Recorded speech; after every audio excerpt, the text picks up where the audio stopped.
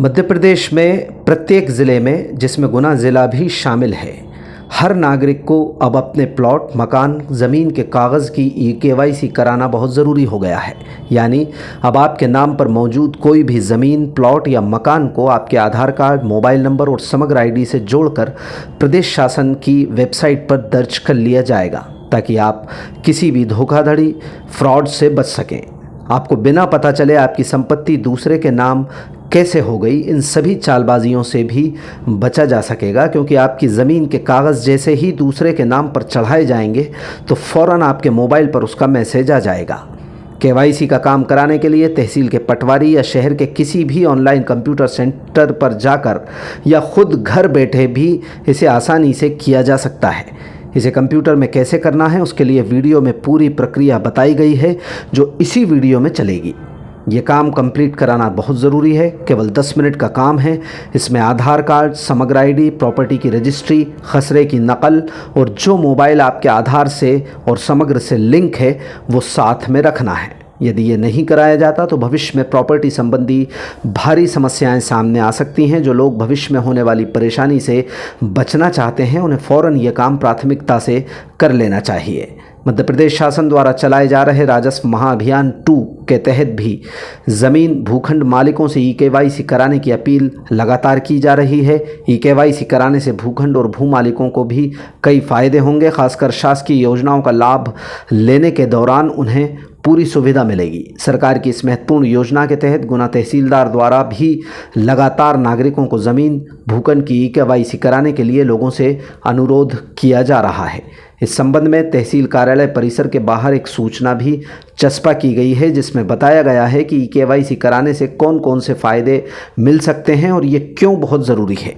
KYC कराने के लिए कोई भी व्यक्ति MP ऑनलाइन सेंटर या CSC पर जाकर आधार, समग्र ID, ज़मीन का खसरा, रजिस्ट्री या पुरानी किताब जैसे साधारण दस्तावेज लेकर पहुंचेगा। कुछ ही मिनटों में ये प्रक्रिया पूरी हो जाएगी। KYC का सबसे महत्वपूर्ण लाभ ये है कि ज़मीनों के आधार से लिंक होने के बाद फ्रॉड और जालसाजी की संभावना पूरी तरह समाप्त हो जाएगी। इसके बारे में बताएं। अभी मध्य प्रदेश शासन ने राजस्व महाअभियान अभी चला रखा है। उस राजस्व महाअभियान के अंतर्गत नामांतरण बंटवारे के साथ साथ खसरे से जो है KYC को लिंक करना है। इसके लिए मैं आप लोगों के चैनल के माध्यम से नागरिकों को, गुना नगर वासियों को अवगत कराना चाहता हूं कि आप लोग अपनी नज़दीकी MP ऑनलाइन सेंटर या CSC सेंटर पर जाकर अपना आधार कार्ड, फैमिली ID कार्ड और अपना खसरा लेके जाएं और वहां पर अपना जो है KYC खाते से लिंक करवाएं। इस KYC कराने से क्या क्या लाभ लेंगे? KYC से खसरा लिंक होने से तमाम प्रकार की जो हेरा फेरी होती है ज़मीनों में, और ज़मीनों में जो गड़बड़ी हो जाती है, तमाम लोगों के साथ, किसानों के साथ, प्लॉटधारियों के साथ जो फ्रॉड हो जाता है वो रुकेगा। साथ ही शासन की आने वाले समय में जो भी योजना है, जो भी उनको लाभकारी जो भी योजना है, उसका फ़ायदा भी उससे मिलेगा। तो यदि ये KYC नहीं कराते हैं तो इसके क्या नुकसान संभव हैं? अगर KYC नहीं कराते हैं तो शासन की आने वाले समय में जैसे योजनाएं, जो योजनाओं का लाभ उनको मिलेगा, हो सकता है कि योजनाओं का लाभ उनका रुक जाए। तो ऐसी स्थिति में मैं तो अनुरोध करना चाहता हूं गुना नगर के वासियों से कि नज़दीकी सेंटर पर जाकर अपना KYC करवाएं और खसरे से आप लिंक करवाएं KYC। कृषि खाते की समग्र से KYC करने के लिए सबसे पहले हमको क्रोम पर अपने आधार को समग्र ID से लिंक करें ऑप्शन खोलना है। इसे क्रॉस करो। इसके बाद KYC और भूमि लिंक करें ऑप्शन को चुनना है। इसके बाद यहाँ पर अपनी समग्र ID का क्रमांक दर्ज करना है। जैसे कि एक समग्र ID में उदाहरण के तौर पर बोल रहा हूँ 187459067। कैप्चा डालेंगे स्मॉल की। स्मॉल के है, स्मॉल के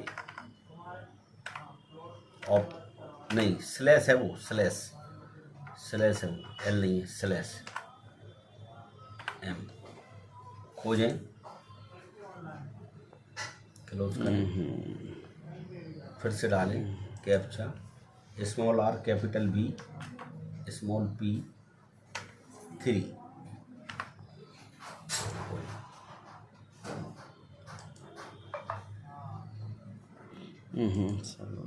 हाँ फिर से चले जाओ, कोई दिक्कत नहीं है। 3XU के, हाँ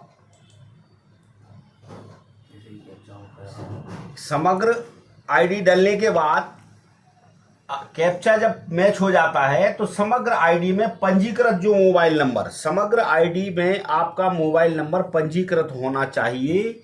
और अगर नहीं होता है उसके लिए भी एक ऑप्शन आता है, उसमें अपना मोबाइल नंबर पंजीकृत करा लिया जाता है।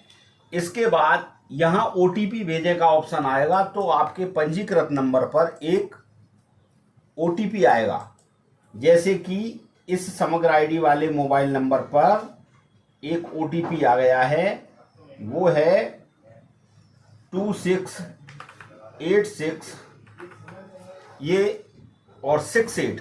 ये आप देख लीजिए मेरे मोबाइल पर ये OTP आ गया है। जैसे ही ये OTP डाला तो आपने देखा कि उसी समग्र आईडी नंबर पर कैलाश नारायण साहू आ गए। इसका मतलब ये समग्र आईडी सही है। अब ये पूछ रहा है क्या आपके पास मध्य प्रदेश में भूमि है, तो हाँ। अब जहां पर भूमि है उसकी डिटेल्स, उसके पर्टिकुलर्स हम चुन लेते हैं। यहाँ पर गुना, तहसील में गुना नगर, ग्राम में गुना छावनी, गुना छावनी, और सर्वे नंबर जैसा कि इस खसरे में आप देखें कैलाश नारायण साहू जो अपन ने नाम चुना है उसमें सर्वे नंबर लिखा हुआ है। इसका सर्वे नंबर है 457/68।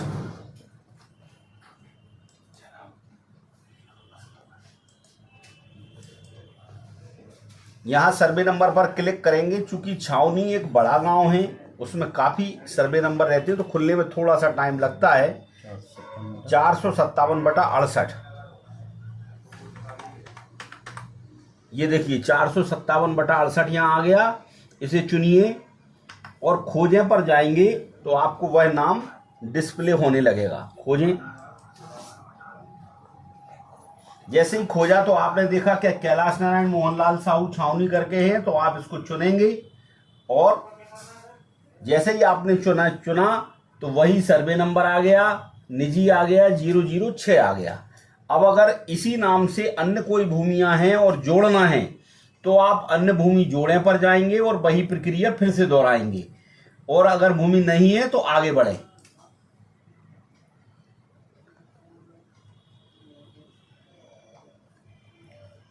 इसमें देखिएगा व्यक्तिगत जानकारी इस समग्र आईडी पर इस परिवार आईडी के साथ ये नाम और ये लिंक OTP द्वारा पूर्ण कर लिया गया है। अब आप घोषणा पर क्लिक करेंगे कि ये समग्र आईडी से मैं संतुष्ट हूं। आधार से OTP का अनुरोध जैसे ही करेंगे एक बार फिर OTP द्वारा वेरीफाई किया जाएगा।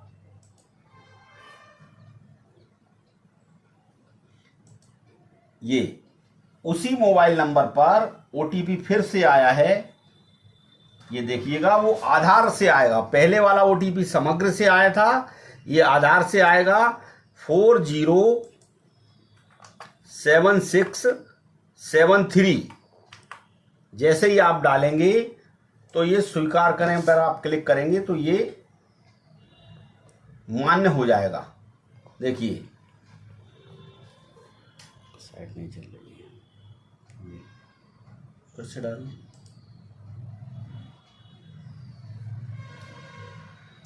एक बार हो चुका, कर चुके ना, फिर थोड़ी ना होगा। अच्छा ठीक, लिंक हो गया ना। इस प्रकार से आपकी समग्र से खाता लिंक हो जाएगा और ये प्रक्रिया पूर्ण हो जाएगी।